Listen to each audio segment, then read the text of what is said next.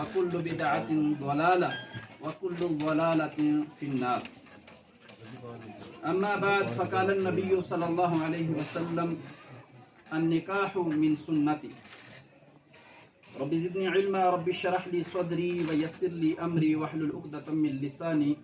يفقه قولي. اللهم انفعنا بما علمتنا وعلمنا ما ينفعنا وزدنا علما.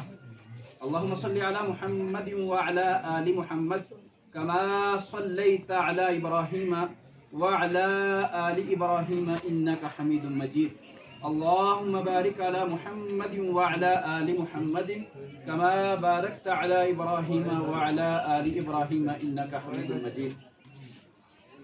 الحمدللہ اللہ رب العالمین کا ہم سب پر بڑا فضل و احسان ہوا کہ آج ہم اس بابرکت محفل کے اندر تشریف فرما ہیں، جو ایک عظیم سنت ہے جس کے متعلق رسول اللہ صلی اللہ علیہ وسلم فرما رہے ہیں کہ النکاح من سنتی، نکاح کرنا یہ میری سنت ہے۔ اسلام کے اندر نکاح کو بڑا آسان بنایا گیا، حالانکہ ہمارے معاشرے کے اندر آج شادی کرنا، نکاح کرنا یہ سب سے بڑا مسئلہ بن چکا ہے۔ شادی کرنے سے پہلے بندہ یہ سوچتا ہے کہ میرے پاس مکان اپنا ہونا چاہیے، اس کے بغیر شادی نہیں ہو سکتی، کاروبار اچھا ہونا چاہیے۔ ہم بھی یہ دیکھتے ہیں کہ پیسے کس بندے کے پاس زیادہ ہیں بچی اس کو دیں، یہ نہیں دیکھتے اس کا دین کیسا ہے، یہ نہیں دیکھتے وہ نماز بھی پڑھتا ہے یا نہیں پڑھتا، یہ نہیں دیکھتے کہ وہ صحیح طرح سے مسلمان بھی ہے یا نہیں۔ ہم یہ دیکھتے ہیں کہ بندے کے پاس پیسہ ہے یا نہیں، گھر اچھا ہے یا نہیں ہے، گاڑی اچھی ہے یا نہیں۔ حالانکہ دین اسلام کے اندر یہ چیزیں معیار نہیں ہیں۔ رسول اللہ صلی اللہ علیہ وسلم نے جو بتایا کہ آپ جس عورت سے نکاح کریں اس کے متعلق شریعت نے 4 چیزیں بتائی ہیں، 4 چیزیں جس میں موجود ہوں آپ اس سے شادی کریں۔ ایک یہ کہ وہ اچھے خاندان قبیلے سے تعلق رکھنے والی ہو، اس کا حسب نسب جو ہے خاندان وہ اچھا ہے، اچھا قبیلہ ہے، اچھے لوگ ہیں۔ پھر جو ہے وہ عورت مالدار ہے، دیندار ہے۔ تو شریعت نے یہ کہا اگر آپ کو اور کوئی چیز نہ ملے جس میں دین موجود ہو اس کو آپ اہمیت دیں۔ دین کی بنیاد پہ نکاح ہونے چاہیے، دین کی بنیاد پہ شادی ہونی چاہیے، اسلام کی بنیاد پہ شادی ہونی چاہیے۔ آج ہمارے معاشرے میں جو ہے جو چیزیں چلی ہوئی ہیں، یقیناً اس کے اندر جو ہے غریب بندہ 1000 دفعہ سوچتا ہے یار میں شادی کروں بچوں کی یا نہ کروں۔ اسی لیے ہم جو ہے وہ اس قدر بدعات خرافات شادیوں کے اندر بھی پڑے ہوئے ہیں جی۔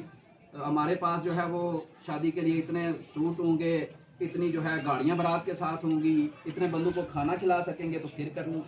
حالانکہ کوئی چیز ایسی نہیں ہے جو نکاح کے لیے انسان کو پریشان اور مجبور کرنے والی ہے۔ حتیٰ کہ ایک صحابی کا واقعہ آتا ہے حدیث کے اندر، ایک عورت آئی رسول اللہ صلی اللہ علیہ وسلم کی خدمت میں، اس نے آ کے اپنا آپ پیش کیا، اس نے کہا اللہ کے نبی میں نکاح کرنا چاہتی ہوں۔ اس وقت کی پاک دامن عورتیں تھیں، اپنے آپ کو نکاح کے لیے پیش کرتی تھیں۔ آج ہمارے بازاروں میں کیا ہوتا ہے، نوجوان اکثر جانتے ہیں، اس عورت نے اپنے آپ کو آ کے نکاح کے لیے پیش کیا۔ اللہ کے رسول نے فرمایا مجھے نکاح کی ضرورت نہیں ہے۔ ایک صحابی پاس بیٹھے تھے، کہا میں کرنا چاہتا ہوں۔ آپ نے اسے کہا جا حق مہر میں کچھ لے آ۔ اس نے کہا حق مہر میں کچھ بھی نہیں ہے میرے پاس۔ آپ نے فرمایا کوئی لوہے کی انگوٹھی، کوئی پیالہ، کوئی چیز؟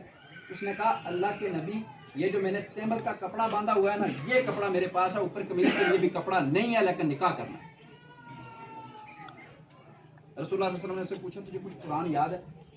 آج یہ جو مولوی تنخواہ لیتے ہیں نا قرآن پڑھانے کے اوپر، اس کے جواز کی یہ دلیل ہے۔ رسول اللہ صلی اللہ علیہ وسلم نے اس سے پوچھا کہ تجھے قرآن کچھ یاد ہے؟ اس نے کہا جی یاد ہے۔ آپ نے فرمایا اس کو چند صورتیں قرآن کی تو نے سکھانی بطور حق مہر، بطور حق مہر قرآن رکھ کے رسول اللہ صلی اللہ علیہ وسلم نے اس کا نکاح کروا دیا۔ یہ نہیں کہا کہ تیرے پاس تو دوسرا کپڑا نہیں ہے، تو شادی کرنے کے لیے آ گیا ہے، تیرے پاس رہنے کے لیے جگہ کہاں ہے؟ حالانکہ اللہ خود قرآن میں کہتے ہیں جب آپ نکاح کریں گے اس بابرکت عمل کی طرف جائیں گے، اللہ تعالیٰ آپ کو فقر سے نکال کے غنی کر دے گا۔ اللہ رب العالمین بڑا کریم ہے، اس کے نبی کی سنتوں پہ آپ عمل کریں گے انشاءاللہ اس سے معاشرے کے اندر برکات فیوز حاصل ہوں گے معاشرے کو۔ آج معاشرہ اسی لیے تباہی اور بربادی کے دہانے پہ کھڑا ہے کہ ہم نے دین شریعت کو چھوڑا ہوا ہے، بالکل پسے پوچھ ڈالا ہوا ہے۔ ہم نے رواج اور ان چیزوں کو اہمیت دی ہوئی ہے، جو کچھ ہے یہ نہیں ہوگا تو شادی نہیں ہوگی شاید۔ حالانکہ نکاح کے لیے چند شروط ہیں، ان شروط کے بغیر نکاح نہیں ہوتا۔ سب سے پہلی شرط یہ ہے کہ بچی اور بچہ دونوں آپس میں راضی ہوں شادی کے لیے۔ پھر ان کے جو بچی کے ولی وارث ہیں، جو اس کے گھر والے ہیں، اگر اس کے والد صاحب ہیں تو ٹھیک، اگر بھائی ہے، جو بھی مطلب اس کے سب سے قریب والا رشتہ ہوتا ہے وہ اس کا ولی ہوتا ہے، شریعت نے اس کو اس کا ولی بنایا، تو اس کی موجودگی کے بغیر بھی نکاح نہیں ہوتا۔ آج کل جو کورٹ وغیرہ میں جا کے بچیاں گھر سے بھاگ جاتی ہیں، اور ہمارے مفتی بھی بیٹھے ہوئے ہیں وہاں نکاح پڑھانے کے لیے، اور نکاح بھی ہوتے ہیں اور عزتوں کے جنازے نکلتے ہیں، محمد الرسول اللہ کی لائی ہوئی شریعت کے اندر ایسا نکاح نہیں ہے۔ جو عدالتوں کے نکاح ہوتے ہیں بغیر والدین کی اجازت کے، بچی بھاگ کے چلی جاتی ہے تو نکاح کروا دیتے ہیں، ہمارے قانون کے اندر موجود ہے یہ بات، لیکن یہ قانون شریعت کا باغی قانون ہے۔ رسول اللہ صلی اللہ علیہ وسلم کی لائی ہوئی شریعت میں ولی کے بغیر نکاح نہیں ہے۔ آپ نے فرمایا لا نکاح الا بولی، نکاح ہے ہی کوئی نہیں سوائے اس کے کہ ولی موجود ہو، ولی موجود ہوگا، ولی کی اجازت کے ساتھ نکاح ہوگا، یہ دوسری شرط ہے نکاح کے لیے۔ پھر حق مہر کا ہونا یہ فرض ہے، اور حق مہر جو ہے اس کے لیے ضروری نہیں ہے کہ آپ کے پاس 2 4 10 20 تولے سونا ہوگا تو حق مہر ہوگا۔ حق مہر اگر اس وقت کے اعتبار سے مثال کے طور پہ کوئی بندہ صرف 500 بھی حق مہر دے سکتا ہے نا، تو شریعت نے اس کو یہ نہیں کہا کہ تم لاکھ ہوگا تو دے کے شادی کرے گا، شریعت نے یہ کہا جس کے پاس جو موجود ہے حق مہر دینے کے لیے۔ آج کون ایسا جوان ہے جس کے پاس حق مہر دینے کے لیے کچھ نہیں؟ ہر بندے کے پاس کچھ نہ کچھ موجود ہے، لیکن ہم اس پاک رشتے کی طرف نہیں آتے، نکاح کی طرف نہیں آتے، رسول اللہ کی سنت کی طرف نہیں آتے، بلکہ اس کے علاوہ جو ہمارے معاشرے میں ہو رہا ہے، زنا کے اڈے چل رہے ہیں، یہاں چلو کشمیر میں تو پھر بھی تھوڑا سا بچا ہوا ہے، پاکستان میں تو ہر جگہ جو ہے وہ زنا کے اڈے پولیس کی سرپرستی میں، حکومتوں کی سرپرستی میں وہ چل رہے ہیں، ان کو بھی باقاعدہ طور پہ اس سے حصہ ملتا ہے۔ یہ سارے کے سارے رسول اللہ صلی اللہ علیہ وسلم کے جو لائی ہوئی شریعت ہے اس کے باغی لوگ۔ رسول اللہ صلی اللہ علیہ وسلم نے فرمایا جب مرد اور عورت آپس میں زنا کرتے ہیں ان کے اندر سے ایمان بھی اس وقت نکل جاتا ہے، ایمان بھی ان کے اندر موجود نہیں رہتا اس وقت۔ اس لیے نکاح جو ہے یہ اسلام کے اندر ہے، ایمان کے ساتھ ہے،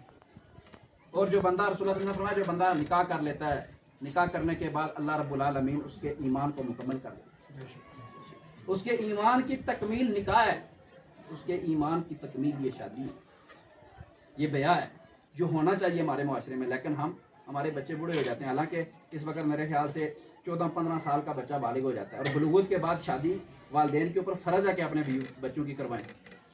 چاہے بچی کا کوئی والد ہے یا بچے کا والد ہے، ان کے اوپر یہ فرض ہے، جس طرح ان کی روزی روٹی کا خیال رکھتے ہیں، ان کو پڑھاتے لکھاتے ہیں، ایسے ان کے اوپر فرض ہے، جیسے ان کے لیے روٹی کھانا ضرورت ہے ایسے یہ شادی ان کی ضرورت ہے، ہم نہیں پوری کرتے پھر وہ غلط رستوں کی طرف جاتے ہیں، پھر کوئی کسی کو بگا کے لے جاتا ہے، کوئی کیسے ہو رہا ہے کوئی کیسے ہو رہا ہے۔ اس میں بنیادی طور پہ کردار والدین کا ہے کہ والدین وقت کے اوپر بچوں کی شادیاں نہیں کرتے، اس لیے بلوغت کے فوراً بعد جو ہے یہ شادی ہو جانی چاہیے۔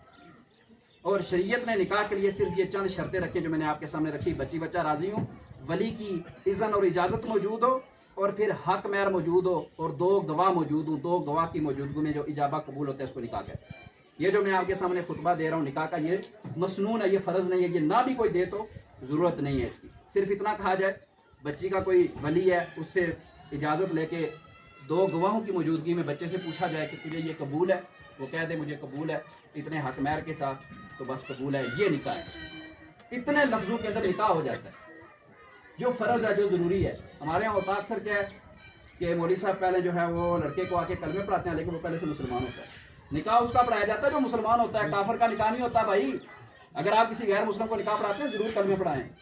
لیکن جو پہلے سے مسلمان ہے اسے کلمہ پڑھانے کی ضرورت نہیں ہے، نہ رسول اللہ نے کسی صحابی کو کلمہ پڑھا کے نکاح پڑھایا، کسی صحابی کو رسول اللہ نے کبھی نکاح پڑھانے سے پہلے کلمہ نہیں پڑھایا، ہمارے یہاں ہوتا ہے ایسے۔ پھر ہم اس سے بھی اگلی بے شرمی کی طرف جاتے ہیں، ہم میں سے ہر بندہ یہ سمجھتا ہے میں بڑا غیرت مند ہوں، میری بہن بیٹی کو کوئی غیر نہ دے، لیکن ہم اسی نکاح والے دن اپنے مولوی صاحب کو بھیجتے ہیں جاؤ آپ ہماری ساری بچیوں کو دیکھ کے آؤ، دلہن کو بھی دیکھو آپ دلہے سے پہلے، باقیوں کو بھی دیکھ کے آؤ، حالانکہ شریعت نے جو ولی مقرر کیا ہے وہی بچی کا ولی وارث ہے، اس کی اجازت، بچی کی اجازت، اس کی اجازت کافی ہے، یہ شریعت نے اس کو جو ولی بنایا ہے، اور اس کو ولی کو بھی شریعت نے اس بات کی اجازت نہیں دی کہ ولی جو ہے وہ زبردستی بچی کی شادی کسی جگہ کروا دے، بلکہ بچی کی رضامندی کے ساتھ ولی جو ہے اس کا وارث بنتا ہے۔ ناجائز طور پہ ولی بھی وارث نہیں بن سکتا کہ وہ ناجائز کسی کے ہتھے چڑھانے کی کوشش کرے اپنی بیٹی کو، بچی کو، کسی کو، تو ایسی اجازت شریعت اس کو بھی نہیں دیتی۔ شریعت کہتی ہے کہ ظاہری بات ہے والدین کو جو اللہ نے ولی وارث بنایا ہے، والدین کبھی بھی اپنی اولاد کے لیے غلط فیصلہ نہیں کرتے، اس لیے یہ روٹین بدلے ہم اپنے معاشروں کہ جو ہم مولویوں کو بھی بھیج دیتے ہیں نا کہ مولوی صاحب بڑے صاف پاک ہیں، کیا مولوی کی آنکھیں نہیں ہیں، مولوی کا دل نہیں ہے، مولوی کا دماغ نہیں ہے، یہ کچھ دیکھ کے سوچتا نہیں ہے کہ آگے کیا ہے میرے، ہم یہ سمجھتے ہیں مولوی صاحب بس شاید عرش سے اترے ہوئے فرشتے ہیں، ان سے تو کوئی گناہ غلطی ہو ہی نہیں سکتی، ہم دیکھنے کے لیے بھیج دیتے۔ حالانکہ اسلام کے اندر غیر محرم عورت کو دیکھنا دوسرے مرد کے لیے حرام ہے۔ ہمارے